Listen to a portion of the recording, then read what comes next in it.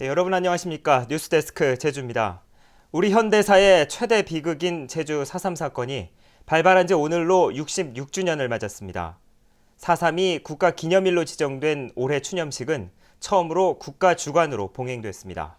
정홍원 국무총리는 화합과 상생으로 국민 대통합을 이루자고 강조했습니다. 첫 소식 조인호 기자입니다. 해방 직후 이념 대립의 와중에 무고한 민간인들이 희생됐던 제주 4.3 사건. 지난해까지 민간 차원에서 열렸던 희생자 추념식이 올해는 정부가 주최하는 국가 의례로 치러졌습니다. 정부를 대표해 추념식에 참석한 정홍원 국무총리는 제주 도민이 보여준 화합과 상생의 정신이 국민 대통합의 밑거름이 될 것이라고 말했습니다.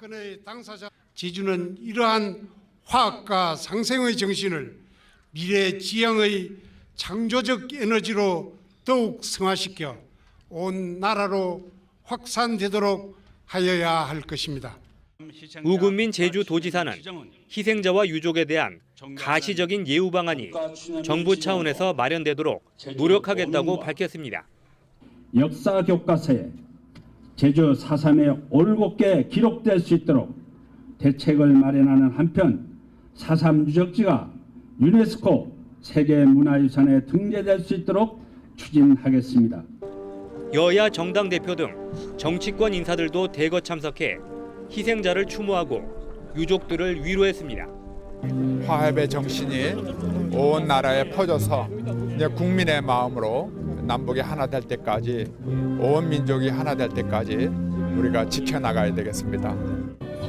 대통령께서 국가 추념일로 지정된 첫 행사에 오시지 못해서 아쉽게 생각합니다. 내년에는 또 반드시 오실 수 있도록 말씀드리겠습니다. 제주 4.3은 이제 지역과 정파를 넘어선 국민적인 추념일로 자리매김하게 됐습니다. MBC 뉴스 조인호입니다. 영문도 모른 채 혈육을 잃어야 했던 유족들의 아픔은 60년이 넘어도 가시지 않고 있습니다. 올해 처음 국가 행사로 치러진 추념식엔 경우회 회원들까지 참석해 화합과 상생의 의미를 더했습니다. 김현선 기자입니다. 반세기가 넘는 긴 세월을 더듬듯 수많은 위패들 가운데서 혈육의 이름을 찾아봅니다. 보고 싶고 만져보고 싶었던 시간들, 위패를 닦고 또 닦는 것으로 마음을 달랩니다.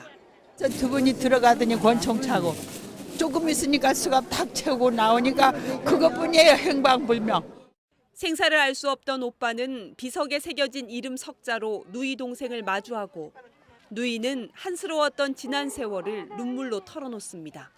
난 친정이 아무도 없으니까 이 오라방 놈들은 오라방 드셔도 난 없이나 나가 그것이 더 고깝한 노릇이지. 그나마 4.3 추념일이 국가기념일로 지정되면서 유족들의 마음은 조금은 가벼워졌습니다. 저 하늘에서 딱 내다보고 있겠죠. 예. 우리가 기분 좋으면은 형님도 다 기분이 좋을 걸로 보는데. 예.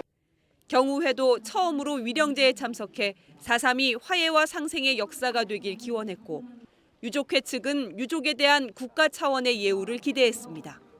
도민들이 4.3에 있는 갈등이 치유되고 해소가 돼서 나아가서 국민 통합이 이루어지는 그런 계기가 되기를 소망해마지 않습니다.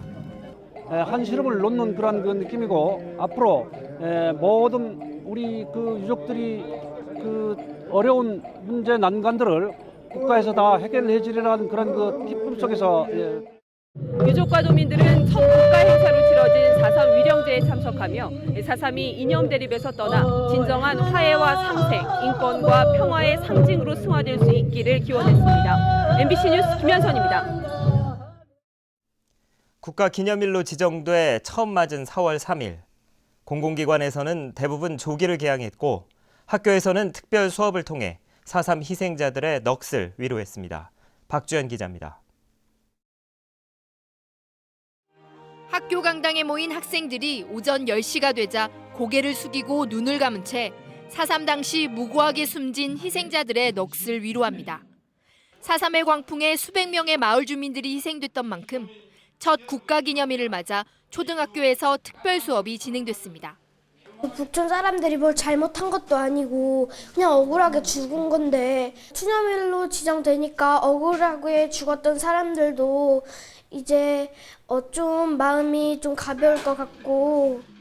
또 4.3 사건을 다룬 애니메이션을 보면서 당시 상황과 아픔을 배우고 자유와 평화가 얼마나 소중한지를 깨닫습니다. 돌아가신 분도 불쌍하지만 가족 이웃을 하늘나라로 보내야 하는 가족도 불쌍하다고 생각했어. 다시는 이런 슬픔이 없었으면 좋겠어. 66년 만에 4월 3일이 국가기념일로 지정되면서 경찰과 검찰을 비롯한 공공기관에서는 모두 조기를 달았습니다. 하지만 일부 기관과 기업들은 조기 개양에 무관심이었습니다. 66년 만에 국가추념일이 지정이 돼 있고 또 조례가 공포가 됐습니다. 그래서 각 기관이나 단체에 저희가 협조 공문을 보내서 4.3 추념일에 대한 뜻을 기리는. 국가추념일로 지정돼 처음 맞은 4월 3일, 제주도민들은 4.3 희생자들의 넋을 위로하고 평화와 인권, 화해와 상생의 시대가 열리기를 바라며 차분한 하루를 보냈습니다. MBC 뉴스 박주연입니다. 오멸 감독의 제주 4.3 영화 지슬이 제1회 들꽃 영화상 2관왕을 수상했습니다. 지슬은 지난 1일 서울에서 열린 제1회 들꽃 영화상 시상식에서 그랑프리와 함께 촬영상을 수상했습니다. 들꽃 영화상은 순수 제작비 10억 원 아래의 저예산 독립 영화를 지원하기 위해 올해 제정됐습니다. 새누리당 하태경 의원이 4.3 희생자 결정을 뒤집을 수 있도록 4.3 특별법 개정을 추진하겠다고 밝혀 파문이 일고 있습니다. 하태경 의원은 오늘 국회에서 열린 새누리당 의원총회에서 4.3 피해자로 인정받은 사람들 중에 중대한 결격 사유가 추가로 밝혀지면 재심의할 수 있도록 하는 4.3 특별법 개정안을 발의하겠다고 말했습니다.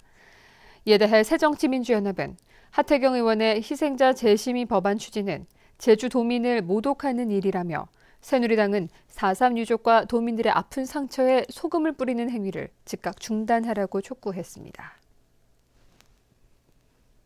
농사를 짓지도 않는 부동산 업자가 농지 수십만 제곱미터를 매입해 논란이 일고 있습니다. 매입 과정은 물론 사후 관리도 허술해 부동산 투기나 해외 자본에 좋은 먹잇감이 되고 있습니다. 김찬년 기자입니다. 부동산 업체 대표인 박모 씨는 지난 2011년 한림읍 사무소를 찾아 농지 취득 자격증명을 신청했습니다. 농민이 아닌 경우 1000제곱미터 이상 농지를 사려면 사전 허가를 받아야 하기 때문입니다. 박 씨가 매입을 신청한 농지는 100여 필지. 농사꾼도 아닌 사람이 대규모로 농지를 매입하려는데도 별다른 의심은 없었습니다. 이렇게 박 씨가 3년 동안 매입한 농지는 180여 필지 33만 제곱미터. 앞으로 농사를 짓겠다는 농업경영계획서만 제출하면 끝이었습니다. 그러면 농사를 짓겠다고 이렇게 얘기해버리면 저희들이 또 처리할 방법이 없습니다. 재작년 한 해 허위 계획서를 제출했다 적발된 사례만 5만 제곱미터. 행정기관에서는 1년에 한 번 실태 조사를 해야 하지만 형식에 그치고 있습니다. 지금 농지 매입해가지고 그거에 대해서는 아직까지는 안 돌아보는 걸로 알고 있어요. 특히 허위 서류를 제출해 농지를 구입한 뒤 농지 전용 부담금만 내면 개발할 수 있는 제도적인 허점도 위장 매입을 부추기고 있습니다.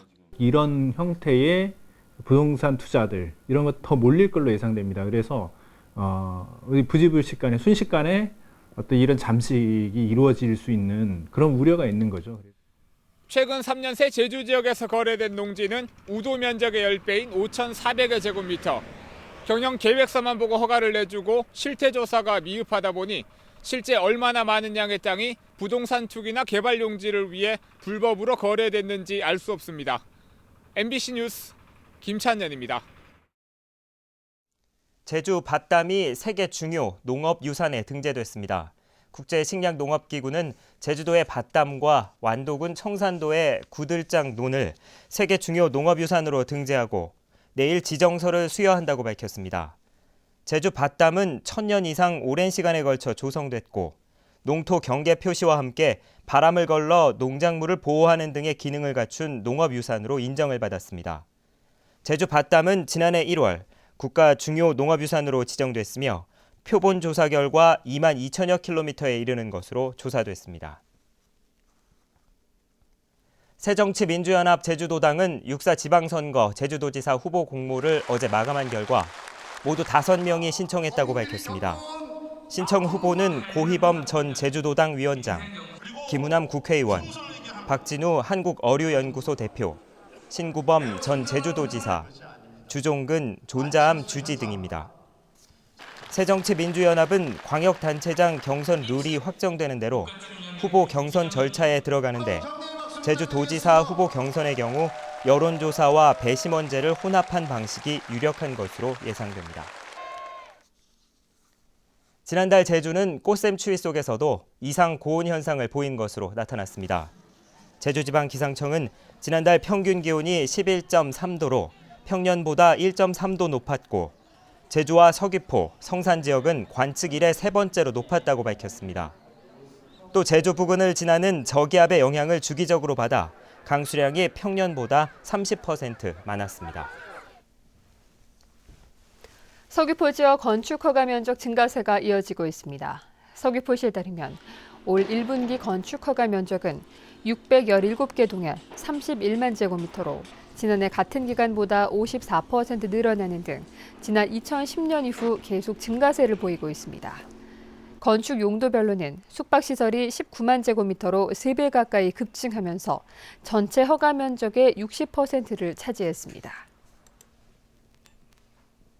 오늘 오전 9시쯤 제주시 한림읍 한림 3리 교차로에서 오토바이를 몰던 66살 조모 씨가 승용차에 치여 숨졌습니다. 경찰은 승용차 운전자 40살 김모 씨를 상대로 정확한 사고 경위를 조사하고 있습니다. 제주 지역에서 발생하는 범죄가 늘고 있습니다. 제주지방검찰청에 따르면 지난해 도내에서 발생한 범죄는 3만 3천여 건으로 전년보다 12% 증가했고 이 가운데 교통사범 관련 범죄는 29%나 늘어 증가폭이 가장 컸습니다. 특히 성폭력 범죄의 경우는 7% 늘어나는 데 그쳤지만 재판에 넘겨진 비중은 증가했습니다. 제주 서부경찰서는 야간에 부녀자를 상대로 연쇄 날치기를 한 30살 김모 씨를 절도 혐의로 붙잡아 구속영장을 신청할 예정입니다. 김 씨는 지난달 27일 새벽 제주시 연동 일대에서 중국인 유학생과 60살 고모 여인의 손가방을 빼앗아 달아난 혐의를 받고 있습니다. 제주지방경찰청은 고사리 채취철을 맞아 다음 달까지 길 잃음 사고 예방 활동을 강화합니다. 이를 위해 읍면동 사무소와 자율방범대 등 기관 단체와 협조 체계를 강화하고 고사리 채취를 할 때는 여러 사람이 동행하고 늦은 시간까지 채취하는 것을 자제해달라고 당부했습니다. 한편 지난해 고사리 채취 길 잃음 사고는 모두 45건으로 이 가운데 57%가 구좌 지역에서 발생했습니다. 뉴스데스크 제주였습니다. 여러분 고맙습니다.